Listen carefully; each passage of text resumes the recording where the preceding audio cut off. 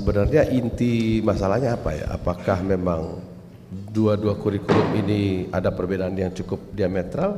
Mungkin kita mulai dari situ ya, diskusinya. Tapi saya ingin mulai justru dengan menggarisbawahi bahwa jangan kita berpandangan kurikulum satu-satunya faktor di dalam menentukan kualitas pendidikan. Oke. Karena ini kalau kita tidak tempatkan secara proporsional, seakan-akan kurikulum itu adalah determinan super luar biasa Bagi keberhasilan pendidikan. bagi keberhasilan. Begitu kurikulum diganti, otomatis kualitas pendidikan meningkat, otomatis sekolah lebih baik. Jadi kita harus tempatkan ini secara proporsional. Artinya ini mendasar betul ya.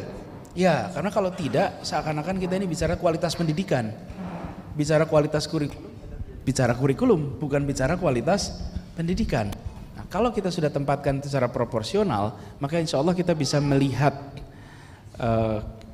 perdebatan, diskusi tentang kurikulum ini secara proporsional juga. Nah, kemudian tentang kurikulum yang sekarang banyak diperdebatkan, kita menerima banyak masukan tentang kurikulum 2013 dari komponen konseptualnya maupun dari aspek implementasinya. Nah, kita melihat bahwa semua masukan itu punya merit, punya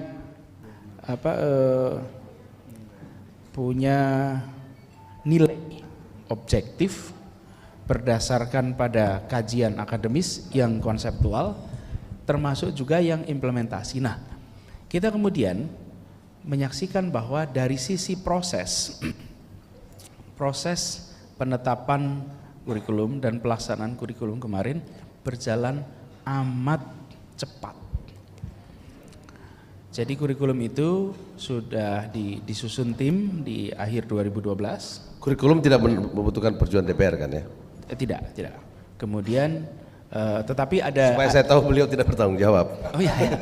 Tapi ada diskusi yang menurut saya malah justru Mas Teguh nanti bisa cerita banyak tentang apa yang terjadi waktu itu. Kemudian di 2013 diterapkan di sekitar 3% sekolah. Waktu itu mengistilahkannya adalah penerapan terbatas, bukan sebagai piloting. Nah, kemudian di tahun 2014, tahun ajaran 2014 diterapkan di seluruh sekolah, 208.000 sekolah. Nah, jadi dari 3% lompat ke 208.000 itu berapa jarak? Tahun berikutnya, Oke. langsung. Hanya dalam waktu 1 tahun. Sementara payung hukum yaitu PP 32 tahun 2013 di pasal 94 memberikan ruangan 7 tahun bagi kurikulum itu dilaksanakan. Jadi ada periode transisi yang sangat panjang.